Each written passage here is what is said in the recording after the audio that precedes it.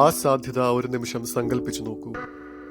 പുതുതായി തുടങ്ങാൻ പോകുന്നു എന്ന ചിന്ത മാത്രം, ഒരു മാറ്റം വരുത്താൻ പോകുന്നു എന്ന തോന്നൽ, നിങ്ങളുടെ അസ്തിത്വത്തിന്റെ തന്നെ റീസെറ്റ് ബട്ടൺ അമർത്തുന്നത് പോലെ തോന്നുന്ന അത്രയും അടിസ്ഥാനപരമായ ഒരു മാറ്റം. ഇപ്പോൾ ഇത് വ്യക്തമായി മനസ്സിലാക്കണം. പുതിയ ജീവിതം തുടങ്ങുക എന്നത് നിങ്ങളിപ്പോൾ ജീവിക്കുന്ന ജീവിതത്തിൽ നിന്ന് പെട്ടെന്ന് ഓടിപ്പോകുക എന്നതല്ല. എല്ലാം പുറത്തെറിഞ്ഞതെല്ലാം കഴിഞ്ഞു എന്ന് പറയുന്നതല്ല. ഇല്ല, ഇത് ബോധപൂർവവും ചിന്താപൂർവവുമായ പ്രവർത്തനമാണ്. പുനർസങ്കല്പിക്കാനും പുനർനിർമ്മിക്കാനും പുതുക്കി പണിയാനും. ആദ്യം ഓർമ്മിക്കേണ്ട കാര്യം ഇതാണ്: എല്ലാ കാര്യങ്ങളും 2 പ്രാവശ്യം സൃഷ്ടിക്കപ്പെടുന്നു. ഇതിനെക്കുറിച്ച് ചിന്തിച്ചു നോക്കൂ. നിങ്ങൾ കാണുന്ന എല്ലാം, നിങ്ങൾക്ക് ചുറ്റുമുള്ള എല്ലാം ആദ്യം ഒരു ആശയമായിരുന്നു. അത് ജീവിതത്തിലേക്ക് കൊണ്ടുവരുന്നതിന് മുമ്പ് ആരോ അത് സ്വപ്നം കണ്ടു, സങ്കല്പിച്ചു, ആസൂത്രണം ചെയ്തു.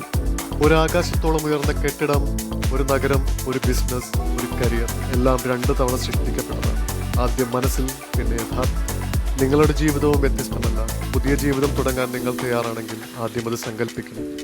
ഓരോ ചെറിയ ഭാഗവും ദർശിക്കണം. അതെങ്ങനെയായിരിക്കും, എങ്ങനെ അനുഭവപ്പെടും, അതിൻ്റെ അർത്ഥം എന്താണ്?